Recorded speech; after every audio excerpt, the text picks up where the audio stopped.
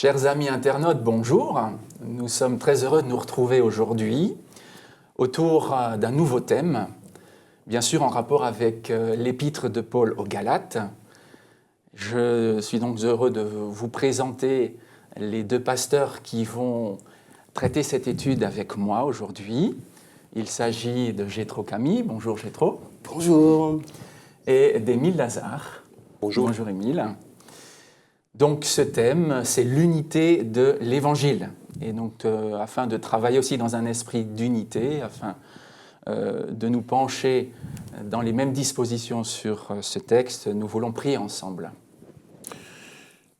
Seigneur, nous voulons te remercier pour ce moment de partage où nous pouvons te rencontrer à travers l'étude de la Bible. Nous te demandons la possibilité de comprendre et aussi d'expliquer ta parole. Au nom de Jésus. Amen. Amen. Nous nous sommes penchés précédemment sur l'autorité de Paul et l'Évangile.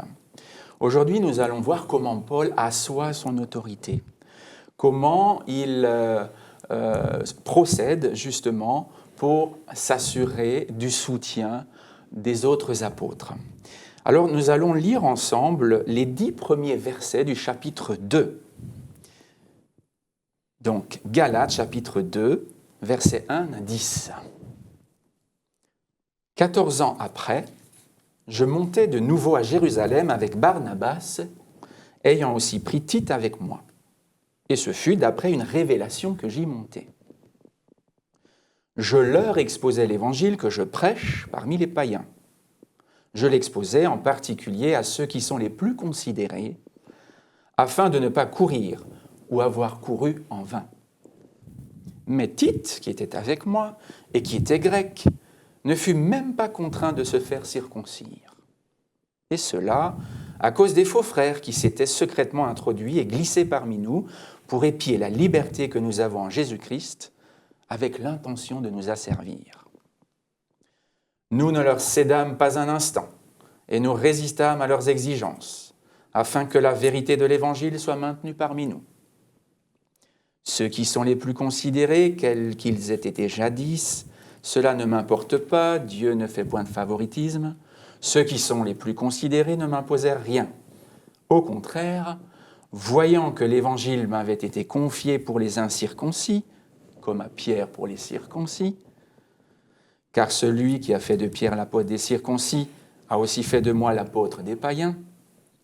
Et ayant reconnu la grâce qui m'avait été accordée, Jacques, Céphas et Jean, qui sont regardés comme des colonnes, me donnèrent à moi et à Barnabas la main d'association, afin que nous allions, nous, vers les païens, et eux vers les circoncis.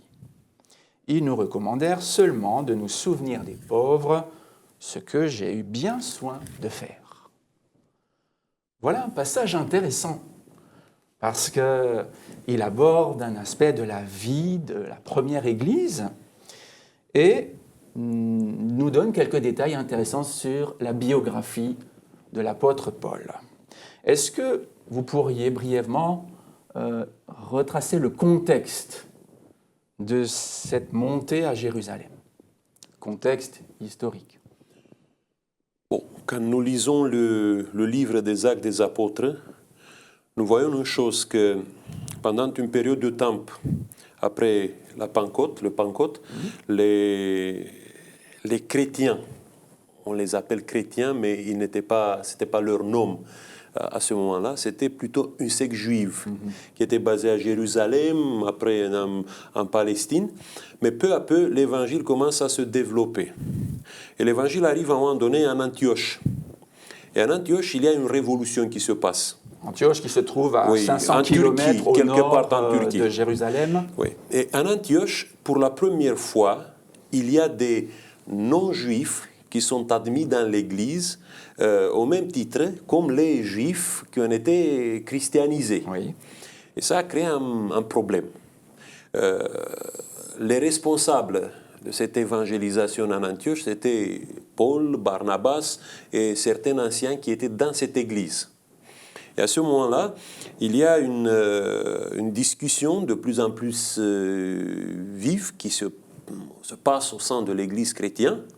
Maintenant, on les appelle chrétiens parce que c'est Antioche qui l'ont reçu ce nom de Christianos, des chrétiens. Et à ce moment-là, il est possible que l'apôtre Paul a été convoqué à Jérusalem pour discuter avec les dirigeants de l'Église, les colonnes de l'Église de cette époque. On avait 3 colonnes, c'était Pierre, Jacques et Jean. Et il y a une discussion, d'abord dans un petit comité, après dans le synode qui se tient là-bas, pour voir qu'est-ce qu'on fait avec ces non-juifs qui sont devenus chrétiens. Est-ce qu'ils doivent passer d'abord par une admission préalable au judaïsme et après de devenir chrétien, ou est-ce qu'on peut les faire confiance en tant que chrétiens à part entière avec tous les autres? C'est ça la question qui s'est posée à ce moment-là. On voit aussi que l'apôtre Paul, 3 ans après sa conversion, il a eu un entretien tête-à-tête avec Pierre à Jérusalem. Ça, c'est la 2e fois quand Paul dit qu'il est allé à Jérusalem après sa conversion. Donc il y a après 3 ans une discussion avec Pierre où les choses sont claires entre les deux. Et après, 14 ans plus tard, il va à Jérusalem pour régler ce problème-là. Pour élargir et remettre les choses dans un contexte, disons, un peu plus général et un peu plus large, le peuple juif, fondamentalement, se définit aussi d'un rapport asymétrique aux autres nations. C'est-à-dire que quand on parle de païens, il s'agit de goïm, des nations, tout simplement des non-juifs, en quelque sorte. Et ce qui a l'air d'être tout simplement une information pour nous, comme si je dis, voilà, toi tu es espagnol, toi tu es roumain, moi je suis français, toi tu es antillais. Pour le juif, c'est quelque chose de nettement plus fondamental, de nettement plus constitutif de son identité. Or, toute l'histoire du judaïsme s'est construite en antagonisme avec les nations environnantes qui ont toujours été perçues et parfois vécues comme des ennemis, comme des opposants. Comme des nations hostiles. Non seulement d'une manière militaire et politique, mais également d'une manière spirituelle, puisqu'il y a à l'intérieur de la loi judaïque suffisamment d'éléments qui poussent le juif à ne pas se mélanger, à ne pas fréquenter le non-juif. Donc, évidemment, ça n'est pas parce qu'il y a eu un baptême de l'esprit et une conversion de certain nombre de non-juifs que tous les repères culturels et identitaires ont été effacés. Il y a un travail de fond qu'il faut continuer à faire. Et de toute évidence, c'est le travail de toute une vie, puisque 14 ans après, Paul doit y revenir. Absolument. Et pourquoi décide-t-il justement de monter à Jérusalem avec Barnabas et avec Tite? On voit bien que c'est une décision de l'apôtre. En fait, il n'a pas été convoqué par les principaux de Jérusalem, mais il décide d'y monter. Et je dirais même que pour être plus précis, c'est la volonté de Dieu qu'il fasse ce voyage et qu'il rencontre à la fin ces personnes importantes, puisqu'il est précisé, ce fut d'après une révélation que j'y montais. Alors pourquoi était-ce si important qu'il rencontre les dirigeants de l'église de Jérusalem? Parce que d'abord, je crois qu'il veut expliquer les raisons théologiques, pourquoi il accepte les païens convertis comme des membres de l'Église sans les passer par le judaïsme. Parce qu'il faut se mettre un peu dans le contexte du 1er siècle. Pour les Juifs, les choses qui tenaient au cérémoniel, c'était des choses qui étaient peut-être plus fortes que la moralité. Rappelez-vous, quand les disciples de Jésus, ils mangeaient sans faire le rituel de lavement des mains. Oui. Rappelez-vous qu'à ce moment-là, les pharisiens, on était vraiment choqués par ça, scandalisés. Et n'oubliez pas une chose, au 2e siècle, avant Jésus-Christ, quand il y a la résurrection des Maccabées, et après l'installation du royaume,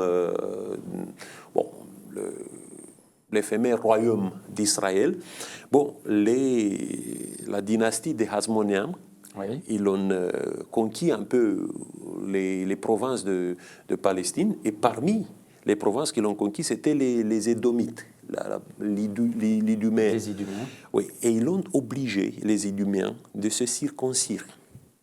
Hérode, c'est un Idumée. Oui.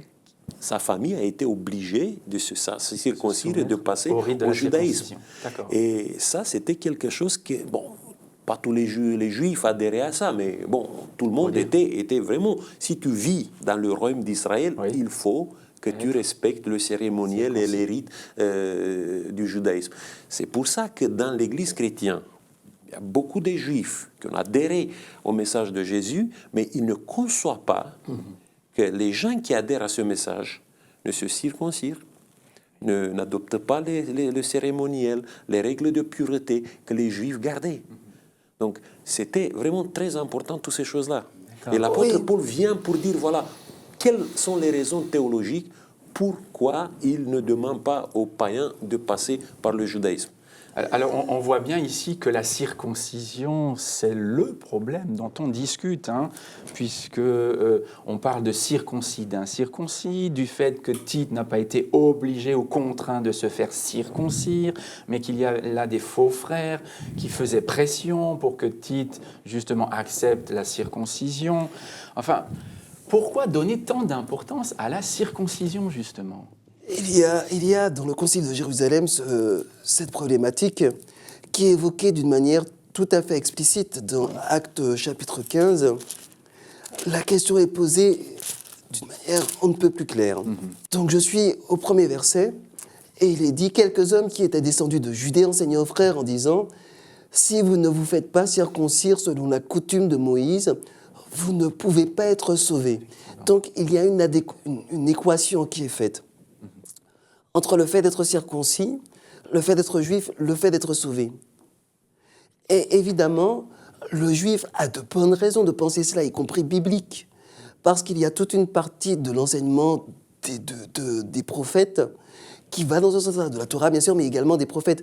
Par exemple, je vais dans Zacharie, oui. au chapitre 8 et au verset 23, et il est dit « Ainsi parle le Seigneur des armées, en ces jours-là, 10 hommes de toutes les langues des nations saisiront un juif, et ils le saisiront par le pan de ses vêtements, et diront « Nous irons avec vous, car nous avons appris que Dieu est avec vous. » Qui saisit un individu par le pan de son vêtement? C'est l'enfant. Qui saisit son père ou sa mère pour être conduit par son père ou sa mère par le pan de son vêtement? Donc, tout cet arrière-plan eschatologique dans lequel le salut passe par Jérusalem, passe par le juif.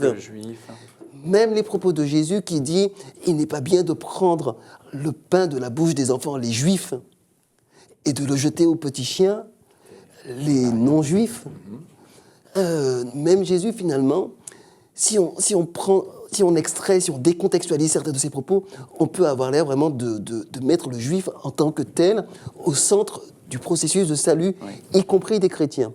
Donc, quelque part, la problématique qui se pose est extrêmement logique, parce qu'il y a tout un arrière-plan. Écoutez, quand on prend par exemple l'histoire, vous savez, vous vous souvenez peut-être de l'histoire de Dina, qui a été abusée par un fils de Sichem. Oui. Et pour se venger, Jacob va faire croire à Sichem qu'il veut bien consentir au mariage, et Dieu il va les faire circoncire en disant on ne peut pas admettre un mariage si vous n'êtes pas circoncis. Oui. Donc, et finalement, il va profiter de cette circoncision ensuite pour tous les massacrer.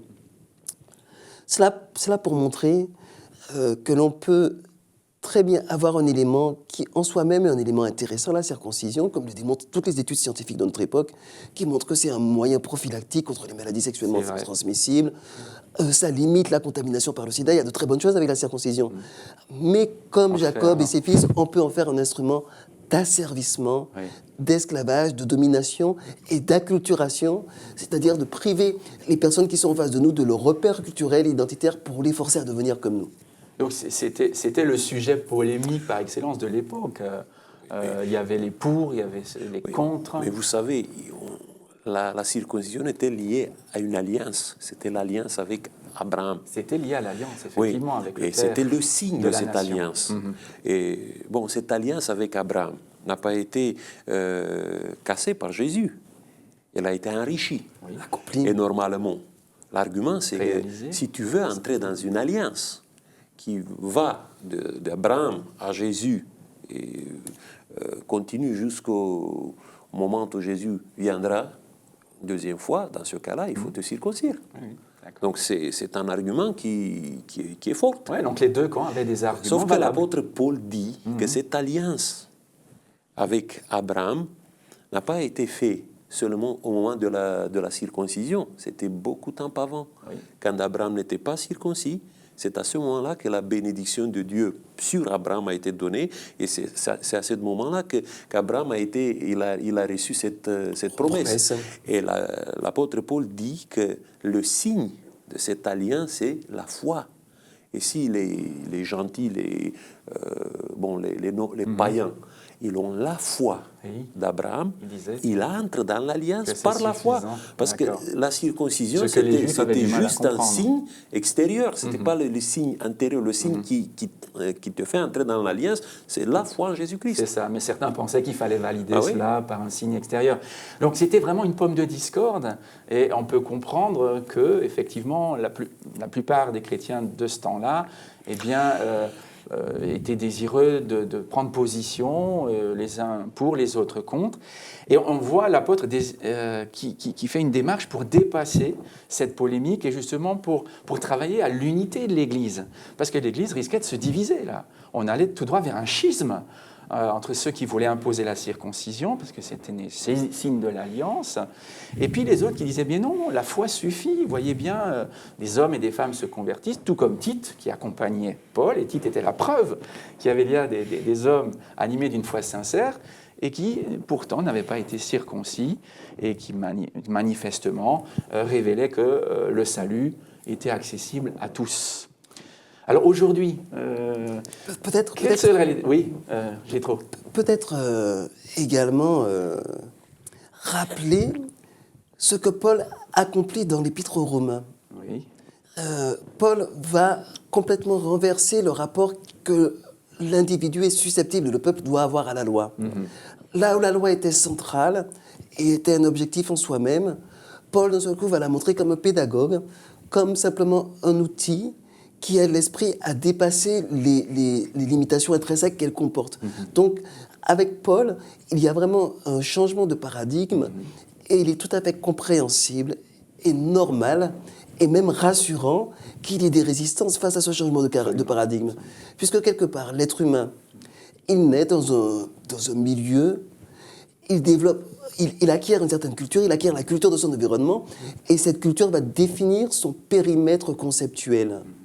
Et changer de périmètre conceptuel, ça n'est pas si facile, parce qu'on passe vraiment de quelque chose où ne pas se laver les mains, par exemple. ou bien mettre du lait avec de la viande, ou de la crème fraîche, bon, je ne sais pas si ça existait la crème fraîche à l'époque, je ne pense pas, mais où c'était tout à fait dramatique, on passe à une économie dans laquelle Paul dira, va, prends, mange de tout ce qui se vend au marché sans motif de conscience. Donc on passe vraiment d'une économie à une autre, sachant qu'effectivement, le but va être de déterminer quel est le dénominateur commun, valide et pertinent pour tous les chrétiens. C'est ça la question. Comment préserver l'unité de l'Église dans un tel contexte, qui est un contexte polémique. Et dans notre propre Église, on peut connaître aussi des moments difficiles où, effectivement, on se rend compte que les frères ne sont pas d'accord sur un sujet déterminé. Il faut admettre une chose, que l'unité de l'Église ne se tient pas par des négociations de type politique. L'unité de l'Église, c'est l'affaire du Saint-Esprit. Bon. Maintenant, il faut se connecter tous à ce Saint-Esprit. Et si on se connecte à ce Saint-Esprit, il y a certaines choses qui sont universelles. Par exemple, il y a la foi en Jésus-Christ qui est universelle. Après, il y a la relation que tu développes avec Dieu qui est universelle. Il y a la moralité que la Bible décrit très bien, qui est universelle. Mais les choses qui tiennent à une culture, à une autre, qui ne sont pas liées à une moralité, je crois qu'il faut, à un moment donné, s'adapter et admettre ça. Je vous donne un exemple simple. Je vois que vous avez des alliances que vous portez sur votre doigt. Moi, je ne porte pas, je suis marié comme vous. Et pourquoi? Parce que dans ma culture roumaine, d'où je viens, les adventistes, depuis le début, ils ont développé cette idée que, l'alliance est un signe d'orgueil ou des choses comme ça. Quand nous sommes venus ici en France, on a été un peu choqués. Beaucoup des Roumains ont été choqués quand ils ont vu des alliances, tout le monde portait comme ça les alliances. Et peu à peu, on a compris, chacun a étudié de son côté. Bon, je ne sais pas si tout le monde est d'accord avec ça maintenant, mais quand tu fais un effort de comprendre pourquoi tu portes une alliance, tu vois que ça, c'est une question qui tient à une culture, à une mentalité qui existe dans un territoire.